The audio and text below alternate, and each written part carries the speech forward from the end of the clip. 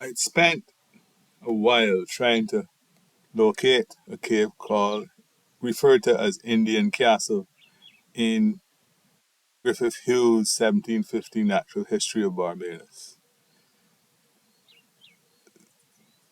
It was supposedly a mile and a quarter from the coast, or Spikestown.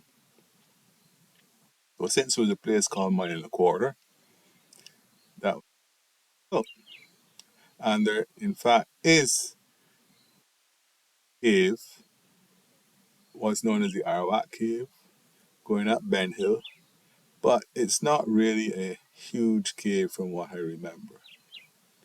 So I'm going to show you a possibility that I found. A group of us went to look at it back in, I think, 2009. So here's the entry as seen from the inside.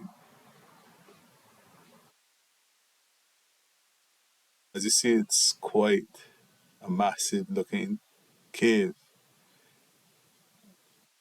This is Richard Goddard. This is the ceiling height. Richard is probably about 6 foot or more. So you know this ceiling is 2, 3, maybe 30 odd, 30, 40 feet.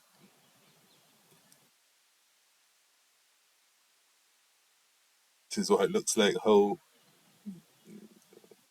people are dwarfed inside of it. It doesn't go far. It's like a hollow in the side of the cliff above Mount, above Mile and a Quarter, just by Mount Brevitor. Again, you can see the size.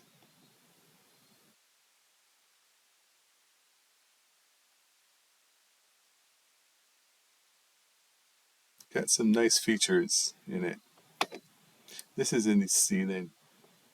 This is a hole that looks as though it's carved out, but it isn't. It's actually the sea that has caused this to happen. So the sea level was at one time above the but the entire island of Barbados, and as it fell, it worked on the coral. Um, Sea level might have stopped for a while, and the fresh water, which came from rain and dissolved the carbon dioxide in the air, became carbonic acid, which is slightly acidic.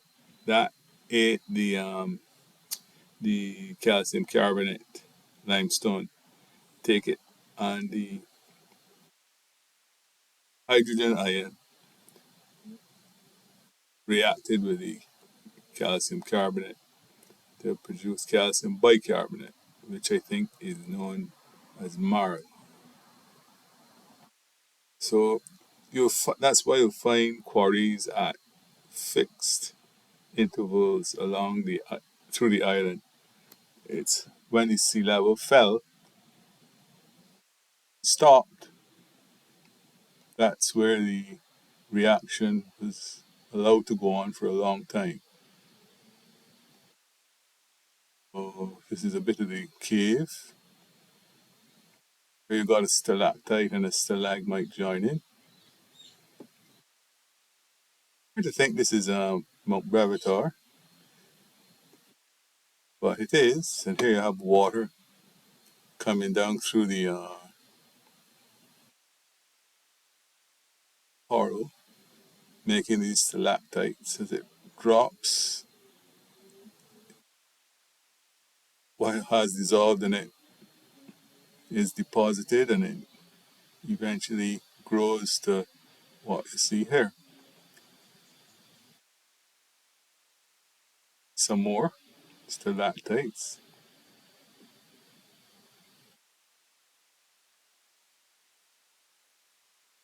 Now this is, as you see, a really large void in the coral, and it's in the Mount Brevitor area. It's in the coral cliff. The coral, the older corals on the western flank of the island are very cracked and fissured. So it's possible for water to find its way through it much easier than it might from in other areas of the island. This could explain the buildup of silt in the well at Allendale. Show you another cave in a minute, but if you've also got houses built over these cracks and fissures, which you don't see, you when I show you the other cave, you will see what the problem is for those houses. If you you may build your house away from the cave, you may not even know there's a cave there, and you may be lucky and buy a piece of land that is not over a cave or a void. So you're cool. But if you do, um, if the thickness of the ceiling is sufficient to support the weight of the house, it means that any sewage you produce is going to get into the void a lot quicker, or rather, it's going to get into the coral and find its way down to the oceanics a lot quicker than if you did not build your house over a void. Barbados is like a Swiss cheese. The coral is full of voids. It all depends on how the seawater level fell over time and how long fresh water was able to float on it and eat out, or at least I wouldn't say dissolve the calcium carbonate, react with the calcium carbonate of the limestone. This is a real problem that needs to be taken seriously. As you can see, it allows not only the mud from the surface to find its way down to the aquifer, it also allows the sewage from the houses, untreated, well, probably goes through a septic tank, but it allows that to get down to the oceanics and into the aquifer. That's why there's a zoning policy. The zoning is supposed to make it make the time of travel of the water through the coral to the well long enough for bacteria to die. So you may be getting brown water, which may reflect either um, mud from the surface, may reflect some sewage, but if it's taken long enough to get through, the bacteria should be dead. That's not that's not exactly nice to think about, but the water might actually be safe, but it just might look bad. However, I wouldn't drink it, not without boiling. And I think that's what the recommendation is to folks in St. Lucie.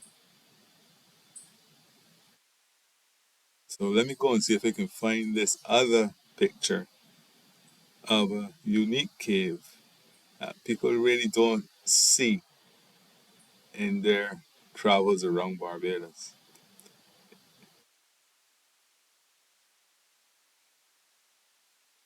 This is a really interesting cave in the side of a gully.